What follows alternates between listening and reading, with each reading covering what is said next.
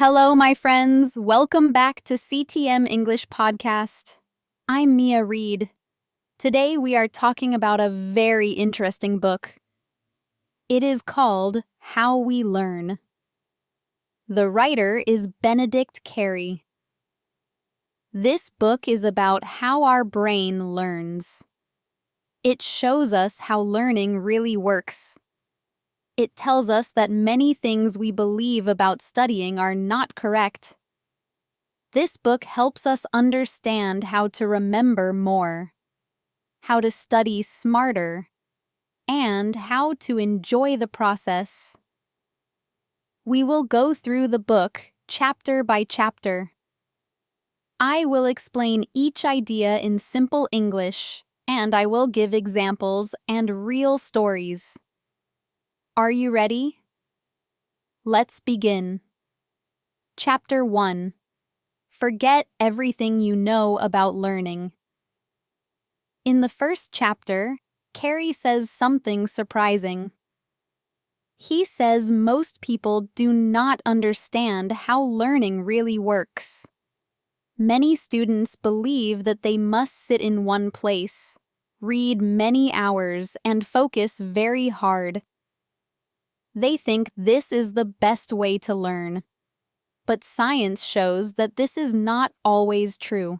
Our brain is not a machine. It is a living, growing part of our body. It learns in many ways. It learns from experience. It learns from mistakes. It learns from curiosity and from trying again and again. We started learning as babies by exploring and playing. We touched things. We moved around. We listened. We watched and we copied others. This natural way is still powerful, even for adults. The author also says that the place where you study matters. If you always study in the same room, your brain connects the memory with that room. But if you study in different places, your memory becomes stronger. Changing the environment helps the brain build more connections. For example, if you learn English vocabulary in your bedroom today, try learning in the kitchen tomorrow. Next day, try learning in the park. Your brain will link the words to many places. This makes it easier to remember them later. So, the message of this chapter is simple. Learning is not only about discipline and hard work. It is about creating the right conditions for your brain. Use curiosity. Try new ways. Study in different places and make learning more active. Chapter 2. The Power of Forgetting. We often feel bad when we forget something. We think forgetting means failure. But the author says forgetting is not bad. Forgetting is part of learning. Our memory works like a muscle. When we forget and then try to remember, we make the memory stronger. Scientists call this the forgetting effect. It is the reason why spaced repetition works so well. Spaced repetition means reviewing information many times, but with breaks in between. For example, if you learn 10 new English words today, review them tomorrow. Then review them again 3 days later. Then again after 1 week. Each time you try to remember, the memory becomes stronger. But if you repeat the words 10 times in 1 hour and never review them again, you will forget them quickly. Forgetting helps the brain focus on what is important. It removes unneeded details and makes important memories easier to find. It is like cleaning a room. You take out what you do not need so you can find what matters, what is important. So do not worry if you forget. It is part of the learning process. Review, recall, and let your brain work. Chapter 3: Mixing it up. Most people believe they should focus on one thing at a time. They study one topic until they master it. But the author shows that mixing different topics together is more effective. When you mix things, your brain must think harder. It must decide which rule or idea to use. This extra effort makes learning deeper and memory stronger. For example, if you are learning grammar, do not study only one rule for 2 hours. Instead, study grammar for 20 minutes, then vocabulary for 20 minutes, then practice speaking. Later, return to grammar. Your brain will connect these skills together. Mixing old materials with new material is also helpful. It forces your brain to remember what you learned before, to recall what you learned before. This makes the memory stronger. If you are studying different topics in school, mix them during study sessions. It might feel harder. It might feel more difficult. You might feel like you are learning less, but that is a sign that your brain is working deeply. Easy learning often disappears quickly. Harder learning stays longer. Chapter 4: The role of rest and sleep. Sleep is not wasted time. Sleep is an important part of learning. While we sleep, the brain organizes what we learned during the day. It makes connections between ideas. It strengthens memories and sometimes even solves problems. Research shows that people who sleep after studying remember more than people who stay awake. Sleep is like a secret teacher working inside your head. Short breaks during study time are also useful. They give the brain time to process information before adding more.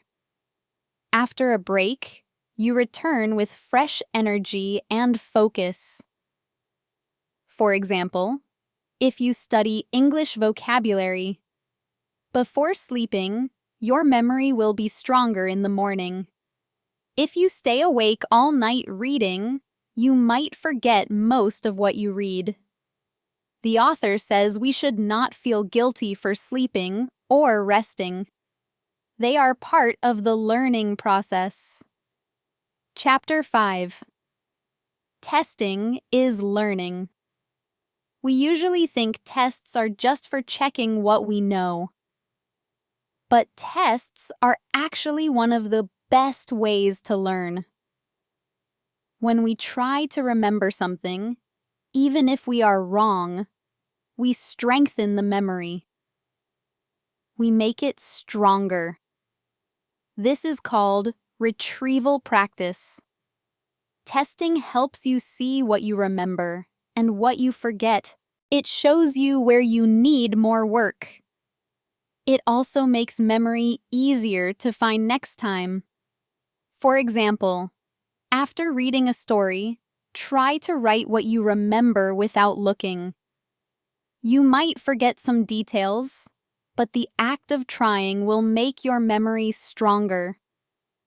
If you only reread the story, you will forget it more easily. The author suggests using small quizzes, small tests, flashcards, or self-tests. Often they turn studying into an active process.